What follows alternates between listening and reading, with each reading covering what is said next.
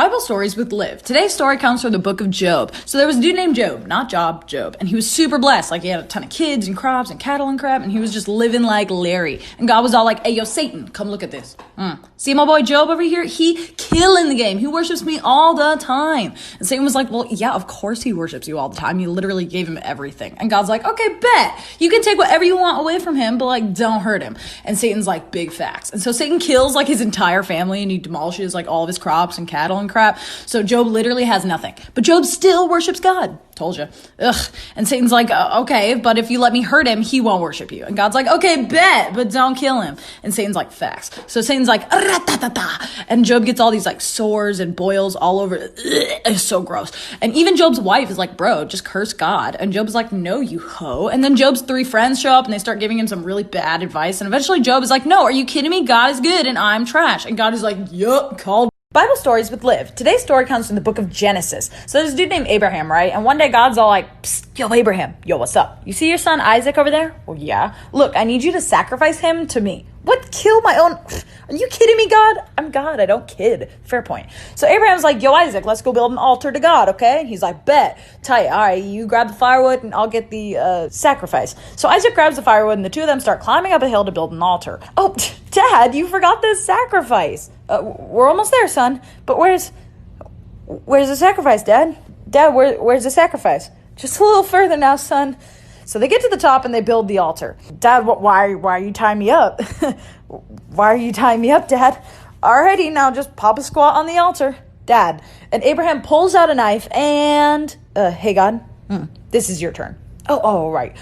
Abraham, don't do it, okay? I was testing you. You passed. Oh, facts. Oh, thank God. Bible stories with Liv. Today's story comes from the book of 1 Kings. So there's a super wise king named Solomon, right? And one day 2 prostitutes come up to him with a question. Let's call them Sandra and Debbie. So Debbie's like, Solomon, listen, okay? Sandra and I both have a baby. And Sandra over here accidentally killed her baby and then swapped it out with mine. Tell her to give me my baby. And Sandra's like, Solomon, she is lying, okay? The living kid is mine and the dead kid is hers. And Debbie's like, no, the living kid is mine and the dead kid is hers. Solomon's like, it's a sticky situation we got here. All right, tell you what if we just, catching my drift? No. What if we just, and then, and Debbie's like, are you talking about chopping my baby in half? And Solomon's like, well, yeah. And Sandra's like, well, it sounds logical to me. Well done, king. Well done. Thank you. And Sandra's like, no, okay, I'm sorry. Just give her the baby. I'd rather him not die. And Solomon's like, aha, Deborah, can I call you Deborah? Take your offspring. Bible stories with Liv. Today's story comes from the book of John. So there's a blind dude, right? And everyone knew him as that one blind dude that was like super blind. And one day, Jesus and his disciple squad were walking by and the squad was all like, yo, J-Dog, who sinned to make this guy blind? Was it him or was it his mom and dad? And Jesus was like, homies, it's neither. This dude is blind so that God's works can be displayed on him. And they're like, oh, okay. And Jesus is like, watch this, y'all. And he spits on the ground, like, he spits on the ground. And the blind guy's like, whoa, y'all, did he just spit on the ground? They're like, yeah, he just spit on the ground. The blind guy's like, okay, just checking. And Jesus starts making mud with his spit. They're like, interesting. And Jesus is like, okay, take off your blind person glasses. And he's like, okay, and he does it. And then he puts the spit mud on his eyes. And everybody's like, ugh. And he's like, bro. And Jesus is like, okay, now go wash it off. And he's like, okay, you literally just put it on me, but okay. And he washes it off and he's like, oh my gosh, you guys get in here. And they're like, yo, what? He's like, I can see. You cereal, dead grass. And then the Pharisees, who were like the super duper religious dudes, saw the whole thing. And they were like, Jesus, did you just work on the Sabbath? That's against the rules. Bible stories with Liv. Today's story comes from the book of Genesis. So y'all remember my guy Abraham, right? So one day God's like, yo, Abraham. He's like, what's up, God? And God's like, okay, listen, the cities of Sodom and Gomorrah are super duper evil. And I have decided that I'm gonna destroy them. And Abraham's like, okay, listen, I'm with you on this, except my nephew Lot actually lives there and he's a good guy. And God's like, yeah, you're right. Well, as it turns out, Lot and his family are actually the only good people in the entire city, so I'll save them because I love you, homie. Aw, stop it. I love you too, G-man. So God sends 2 angels down to Lot, and the angels are like, Lot, so God sent us to tell you to take your kids, take your wife, because God gonna be destroying everybody up in here. And Lot's like, oh shoot, yeah, okay, honey, what? And angels are like, now bro, time is of the essence. Right, okay, here we go. So Lot and his wife and his daughters leave the city, and God starts raining literal fire on Sodom and Gomorrah. And then the angels are like, oh guys, one more thing. God told us to tell you to not look back at the city, like at all. And they're like, yeah, okay, that's cool. And Lot's wife is like, I could take a peek. And so she peeks behind and she immediately turns into a literal pillar of salt. Lot's like, huh? Bible stories with Liv. Today's story comes from the book of 1 Samuel. So there's a kid named Samuel, right? And he was living with a dude named Eli, kind of like a Tony Stark, Peter Parker father figure type of vibe. So Samuel goes to bed one night, and while Samuel's sleeping, God is like, "Psst, Samuel." And Samuel gets up and he goes to Eli and he's like, "Yeah, Eli, what's up? What do you need?" And Eli's like, "Sorry, what? You called for me." No, I didn't. You didn't? No. Oh, okay. Sorry. Never mind. So he goes back to bed. And then a second time, God is like, "Psst, Samuel." Samuel's like, "Whoa." And he gets up and he's like, "Yeah, Eli, what?" And Eli's like, "What?" And Samuel's like, "Bro, you called for me." "No, I didn't." "Yeah, you did." "No, I didn't." "Ugh, okay. My bad. Okay, good night." And he goes back to bed. And then a third time, God is like, "Psst, Samuel." And Samuel's like, "That's it." And he storms into Eli and he's like, "Quit playing, my guy. What do you freaking want?" Then Eli actually realized that it was God and he was like, "Oh, Samuel, you idiot. I'm not calling you. God is calling you." And he's like, "Oh, yeah, that makes more sense." Yeah. So next time God calls you, be like, "What's up, Lord?" And then listen. And Samuel's like, "What's up, Lord?" And then listen. Got it. Thanks. So he goes back to bed and God's like, "Psst, Samuel." And Samuel's like, "Yeah, Lord, what's up? I hear you." And God's like, "Okay, awesome. Sammy, I need you to tell Eli that I'm going to punish his family." Oh, shoot. Bible stories with Liv. Today's story comes from the book of Luke. So Jesus is telling his disciples that they should love their neighbor. And one of them's like, "Okay, dumb question, Jesus. Who's my neighbor? Because I live in a condo upstate." And Jesus is like, "You know what? I'm going to tell y'all a story, okay? It's a metaphor." They're like, "Metaphor, facts." Jesus is like, "Okay, once upon a time, there's a dude traveling through a really sketchy part of town with a little rat-ta-ta-ta action, you know what I'm saying? And he actually got mugged and he's just left there to die. I've been left here to die. Oh, no. Oh, yes. But then a priest walks by. Oh, phew. But the priest actually just goes around him. Aw. But then a Levite walks by. Oh, Levites are homies, yes. But the Levite just goes around him. Oh, rats. But then a Samaritan walks by. Ugh, Samaritans. Important side note, everybody hated Samaritans. Absolutely despised them. So let's call him, I don't want to name any real people, so let's call him Donald. So the Samaritan Donald walks by and he sees him and he rushes over and he binds up all his wounds and he gives him water. He even puts him up in a really nice hotel. Like no Motel 6 type-ish, like a Hampton resort with a continental breakfast. And then he says to the hotel manager, "Take care of my guy. Whatever you need, just do it and I'll pay for it." And the manager's like, "Bet." Bible stories with Liv. Today's story comes from the book of Luke. So Jesus is like, "What's up, squad?" They're like, "What's poppin'?" J-Dog's like, "I'm finna tell you guys a metaphor story." And they're like, "Duh." And Jesus is like, "Once upon a time, there was a dad with two sons, Kevin and Dave." And Dave is all like, "Yo, Pops, give us each our share of your property." And Dad's like, "Okay, sons, here you go." And Dave's like, "Let's go." And he immediately goes and he sells the share away to gamble and get absolutely plastered and basically squanders the entire thing. Then a famine strikes in the land and no one has any food, including Dave, because he threw away his fortune to literally turn up. And he ends up working for a pig farmer and eating with the pigs. Finally, one day, he's like, "Gosh, I'm so stupid. I need to go back to my dad." And he goes back home. And as soon as his dad sees him, he leaps up and he runs to him and he hugs him. And he's like, "Dave, you're back. I can't believe it." And his dad throws him this huge party. But Kevin, on the other hand, was not so joyous. Kevin went to Dad and he was like, "Dad, are you being dead grass right now? I've been here this whole time." And then he threw a party for Dave, the screw up of the family. And Dad's like, "Kevin, you don't get it. Dave was lost, but now he's found. That is a reason to celebrate." The end. I don't get it. Ugh.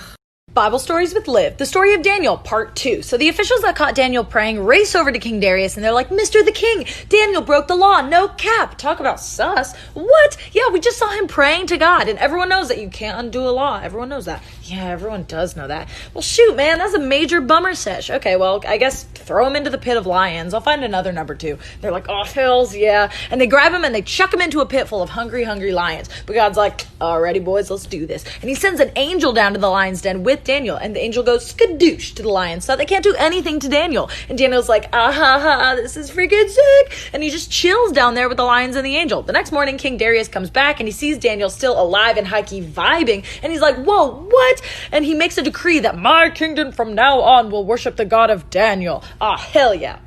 Heaven yeah. My bad. Moral of the story, don't worry about passing the world's vibe check. Pass God's vibe check. Bible stories with Liv. Today's story comes from the book of Daniel. So we got a homie named Daniel, right? And he and God were tight. Like we're talking a ride or die relation here. And Daniel was also the number 2 dude to the literal king, King Darius. Now, one day, King Darius' other officials were like, "Man, I wish there was some way we could screw over Daniel since King Darius likes him more than us." Oh, I've got it.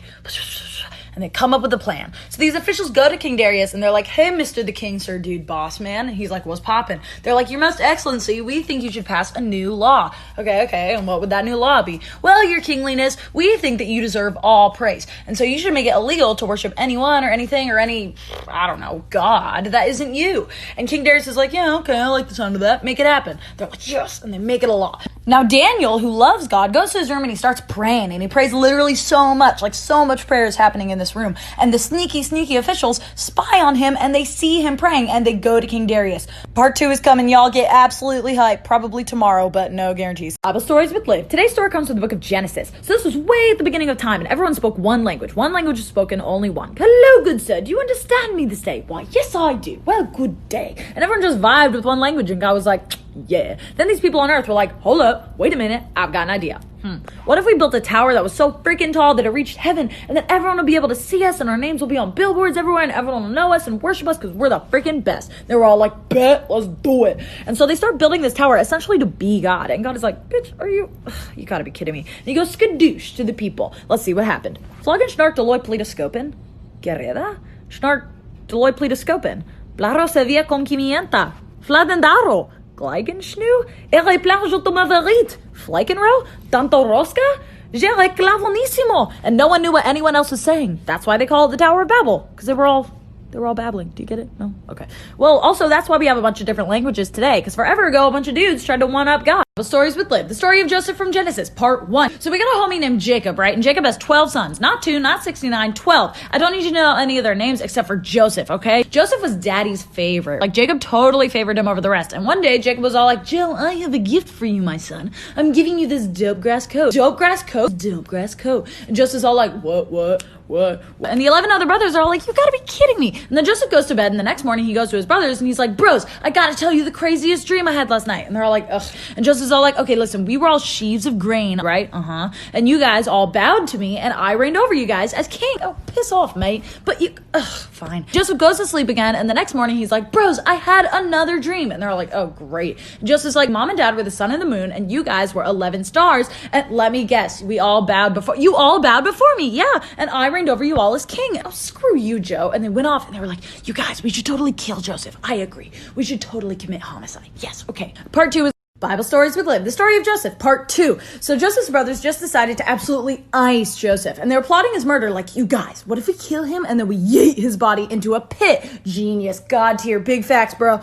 But one of the brothers named Reuben secretly cared about Joseph and he didn't want him dead. So Reuben was like, you guys, hear me out. What if we, didn't kill him? And the brothers are like, bro, that's like the whole point, though. And Reuben's like, see, I get that, but what if we chuck him into a pit and we leave him for animals to kill him so then we don't have to? And they're like, oh, now you're talking. Nice one, Reuben. Yeah, thanks, guys. But secretly, Reuben was planning on going and saving Joseph from the pit after they all left. So the brothers hide out and they see Joseph coming and they jump him and they rip off his coat from dad and they beat him up and then they yeet him into a pit. And then a caravan of Ishmaelites, other random people, it doesn't matter, came by on camels, and the brothers were like, ding, idea, and they sell Joseph to the Ishmaelites so they could get a little dough, a little coin out of their homicide. And isn't that what murder's really all about? Part 3 is coming. Bible stories with Liv. Today's story comes from the book of Judges. So there's this homie named Gideon, right? And there's some skanky hoes called the Midianites who were hella evil. And God was like, I'm gonna teach you a lesson. God sends an angel to Gideon, and the angel's like, what's poppin'? What's good? Listen, God's gonna use you to take down the Midianites. Okay. Gideon didn't really trust the angel, so he tests him a couple times, and the angel yeets the test into oblivion. And finally he's like, alrighty, let's do this. Yeah.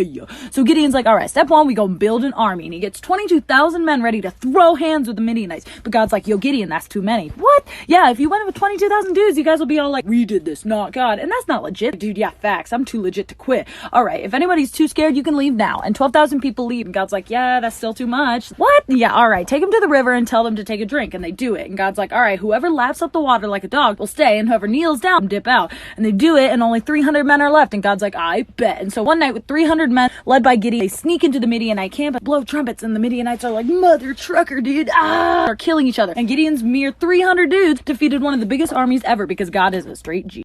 Bible stories with Liv. The story of Joseph, part 10. So the brothers go home to dad, Jacob, and they're like, Dad, we need to take Ben with us to Egypt because the scary dude in charge, Joseph, imprisoned Simeon. Essentially, Jacob is like, no. And I'm sure Simeon was like, so time goes by and they run out of grain because the famine sucks butts. And dad is like, go get more grain from Egypt, guys. And they're like, Dad, scary dude in charge said if we come back without Ben, we'll all be killed and we'll all starve to death without food. So we need to bring Ben. And Jacob's finally like, fine.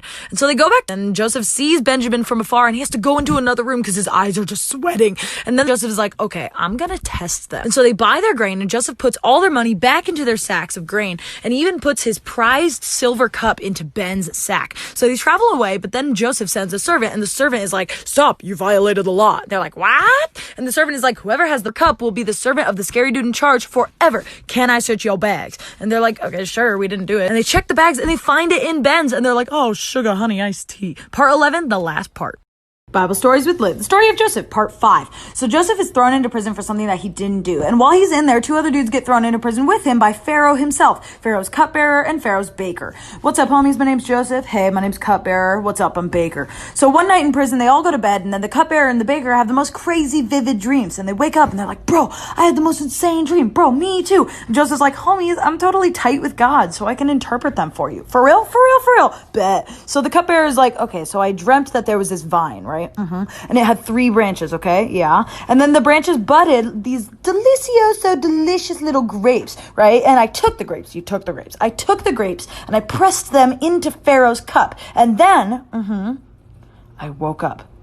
What does it mean? Just as like, okay, let me think. Okay, so the 3 branches represent 3 days, okay? In 3 days, Pharaoh is actually going to give you your old job back. You know, hence the cup. Oh, that's sick. Thanks, Joseph. Part 6. Bible Stories with Liv. Today I've got a shorter story for you guys from the book of Matthew. So Jesus is giving a sermon, right, to his friend group, his squad, and to some other dudes. And J-Dog is like, okay, so y'all know that cheating on your significant other is wrong, right? And they're like, yeah, duh, that's wrong. Only a douche would cheat. And he's like, okay, but hear me out, my homies. Catch this drift. If you so much as a look at a woman and you lust after her, and they're like, oh, yeah. J-Dog's like, yeah, that's just as bad as cheating.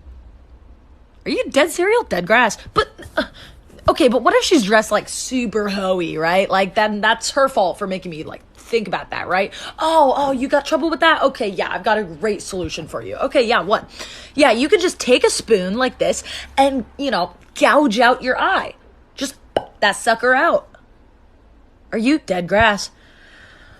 Okay, yeah, cool. Okay, good to know. Let me tell y'all, my Jesus, my J-Dog do not mess. Bible Stories with Liv. Today's story comes from the book of John. So Jesus' 12 best buds and Jesus' mom are invited to a wedding. Heck yeah. And they go to the wedding and they're just partying, they're drinking, they're booling around. It's a good time. Me pan, zhu.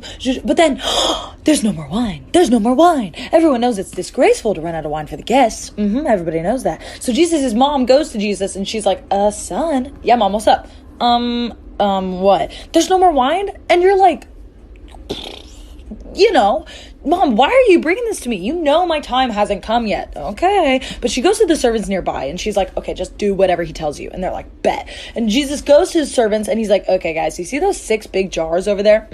Fill them up with water to the brim. And they're like, okay. And they do it and then they go back to Jesus and Jesus is like, okay, now draw some out and take it to the master of the feast. And they're like, yeah, okay. And they take the water to the master, but when the master drinks it, it becomes wine. He's like, I don't know. Bible Stories with Liv. Today's story comes from the book of 1 Samuel. So we got the Philistines and the Israelites, right? And they were in war throwing hands with each other. And one day a massive beefcake of a dude comes up from the Philistine camp and he's like, what up, dudes? My name's Goliath. You can call me Bro-Life. I'm 9 feet tall and the starting pitcher at UCLA. I'm more yoked than an egg. I'm beefier than a Mickey D's patty. This war is like hella whack. So if someone can beat me with some major domination, we'll let you guys win and we'll be your servants. Hype or not? And the Israelites are like, okay, that's chill. But like Goliath is an absolute unit. We don't have anyone that could beat him. And then a homie named David comes up and he's like, you guys, I got this. And the Israelites are like, yeah, right. He's a shepherd. But David's like, nah, bros, I've got God on my side. And God is better than having like a million dudes and a weed whacker on my side. So he goes to the little river and he grabs some stones and his slingshot and he goes up to Goliath. And Goliath's like, my dudes, are you yanking my chain right now?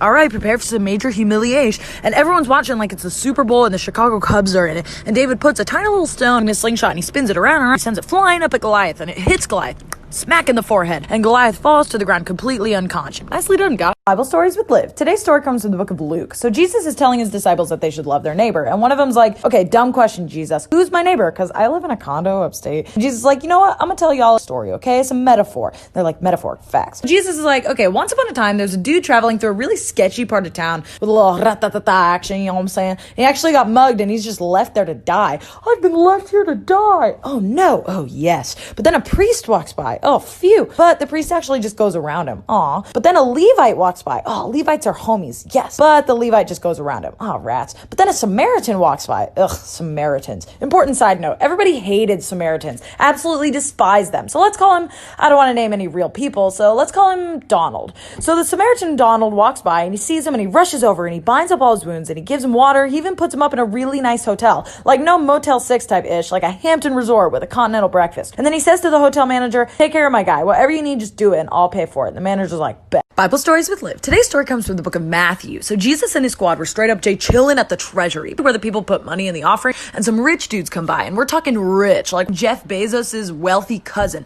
They don't even know what a Venmo balance is. Anyway, Richie Rich and his rich pals come up to the treasury and they start emptying out their pockets. And Jesus is watching. They're throwing in gold bars, money clips with a $50 bill engraved ? And they even whip out one of those absurdly large checks, like they're dumping money. And Jesus is like, and they leave, and then this poor widow comes up to the offering box and she shakily pulls out 2 copper coins and she puts it into the box. And the rich dudes are watching like, poor people, am I right, on their high horse. And Jesus sees and he's like, hey squad, listen up. Emma, what's up? This widow, this poor widow gave more than any of these rich posters. J-Dog, hello? Did you see the giant check? No, y'all don't get it. These rich homies gave out of their abundance. Can you say disposable income? But this woman, she gave everything that she has. Oh, period, queen, you tell him. Bible Stories with Liv. Today's story comes from the book of Mark, and it's kind of eerie, so I'm interested to see what you guys think of it. So Jesus was straight up booling with his buddies, and they run into a guy with an unclean spirit, otherwise known as a demon. And when the demon dude saw Jesus from far away, he ran down, and he fell on his face in front of J-Dog, and he starts saying, like,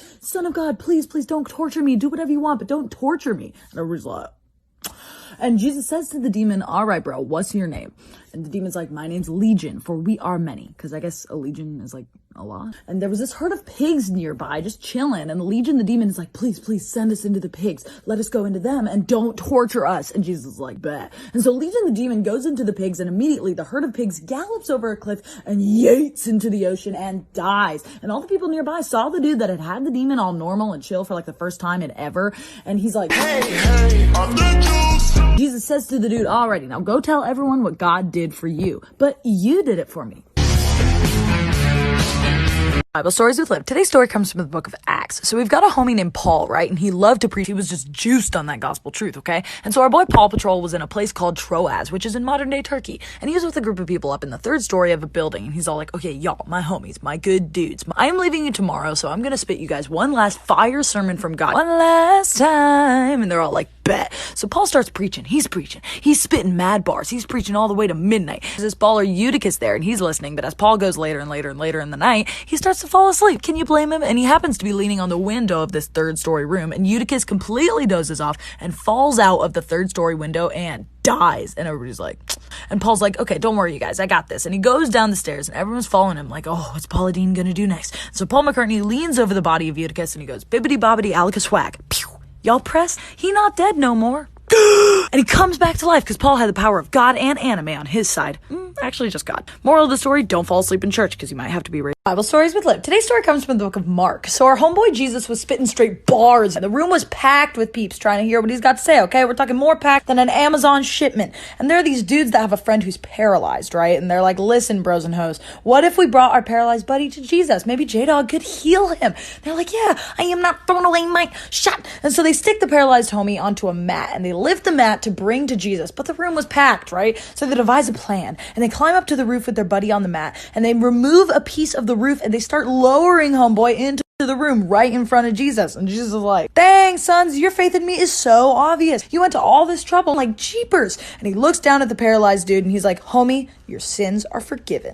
Now, there were some scribes that were watching this whole thing, and they were like, holy cow, did he just say that? Only God can forgive sins, so that's blasphemy. And Jesus goes, listen, y'all, which is easier to say? Your sins be forgiven, or pick up your mat and walk? Bible Stories with Liv. Today's story comes from the book of Acts. So we've got a husband and wife duo named Ananias and Sapphira. Okay, and they were a part of a church where everybody would give everything that they had to the leader, Peter, and then Peter would distribute it fairly to everybody so that everybody would have what they needed. Now, Ananias and Sapphira were stupid and selfish and stupid. Ananias was like, babe, this is dumb. I'll only give part of our cash money from this week, but I'll tell Peter that it's the whole thing. Then we'll keep some for ourselves. She's like, babe, you're so sexy when you're money laundering. So Ananias goes to Peter, and he's like, here you go, Peter. All $3 of our fortune ocean. This is the total. But Peter was tight with God, and he was like, I'm sorry, but that is a load of crap. And Ananias drops dead on the floor. Like, now he's... Now, 3 hours after this goes down, Sapphira comes in and Peter's like, yo, Sap, Ananias told me $3. You're certain that's all of your bag? And she's like, yep, totally. Every last cent, no cap, no lie, no cuts, no butts, no coconuts. Oh, for crying out. And Sapphira drops dead. And now she's also... Moral of the story, don't lie to God, because he really do be knowing. Bible Stories with Liv, the Christmas story part 2. So God sends the angel Gabriel to go talk to Mary. Hey. Oh no, it's okay. I'm from God. Don't be scared. Okay. Listen, God sent me here to tell you that he's so freaking jazzed about you. Okay. Listen, you're gonna get pregnant with the Son of God. What did he say? But Gabe, can I call you Gabe? Sure. I'm a virgin. How am I gonna get pregnant? Listen, nothing is impossible with God. Oh, period, queen. I'm God's servant. Let it be done. For real. Period. So then Mary sings a little song of praise to God. So she gets pregnant, and then Joseph sees this, and Joseph and Mary had never slept together. So he's like, holy Torah, she cheated on me. But Joseph was a nice dude, and he knew that if everyone knew that she cheated, they'd all be like, so there you go. Oh, can't make a wife out of... Hold on, I guess I'll just break up with her quietly. But then Gabriel comes to Joseph in a dream that night, and he's like, yo, that's God's child. She didn't cheat. And Joseph wakes up, and he's like, yes, so they don't break up. Part 3 soon.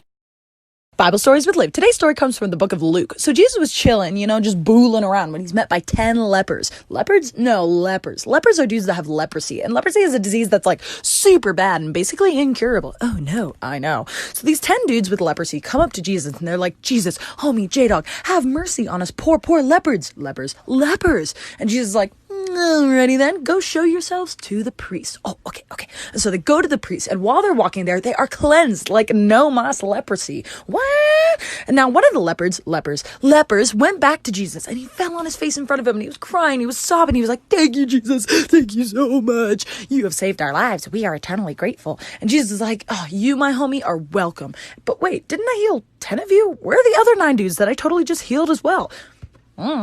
That's okay. You, homie, are the best because you were thankful.